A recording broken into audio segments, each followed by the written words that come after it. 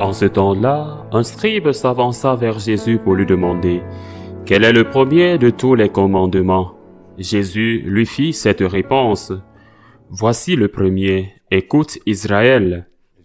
Le Seigneur notre Dieu est l'unique Seigneur, tu aimeras le Seigneur ton Dieu de tout ton cœur, de toute ton âme, de tout ton esprit et de toute ta force. Et voici le second, tu aimeras ton prochain comme toi-même.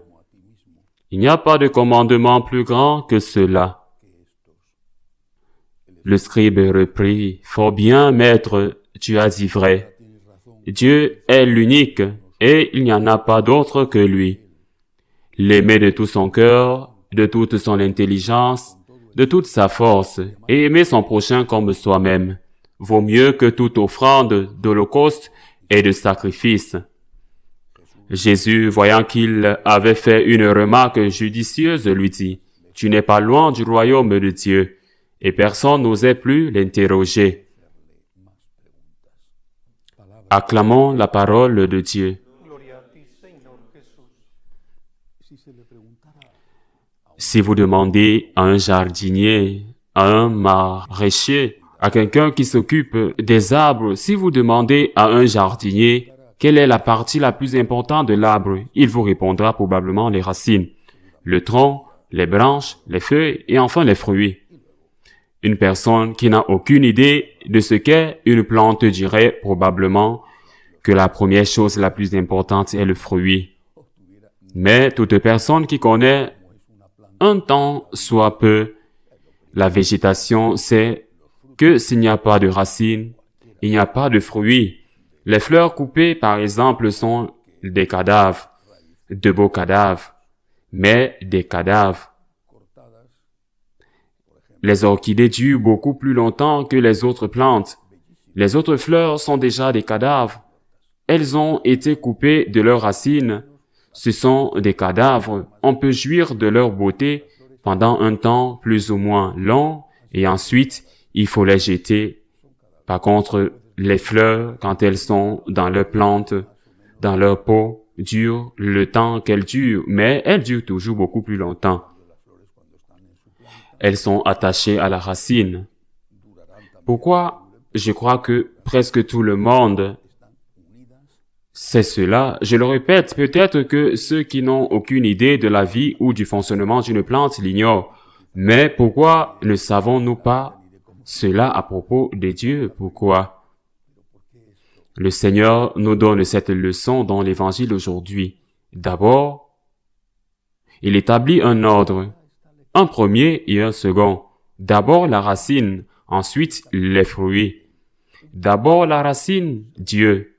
L'amour pour Dieu. Ensuite les fruits et l'amour pour le prochain. S'il n'y a pas d'amour pour Dieu, s'il n'y a pas de motivation religieuse, comment pourrons-nous trouver la force de pardonner à nos ennemis? Par exemple, il est si difficile d'accomplir nos vœux qu'il est parfois aussi difficile d'être généreux et de partager non seulement avec des personnes que nous connaissons et pour lesquelles nous avons de la sympathie, mais aussi avec les étrangers ou même avec les personnes que nous n'aimons pas. Où trouvons-nous la force de faire tout cela, qui est parfois héroïque? Sans spiritualité, sans motivation religieuse, sans union avec Dieu, il est impossible de suivre l'Évangile. Il est impossible d'accomplir ce que le Seigneur nous demande.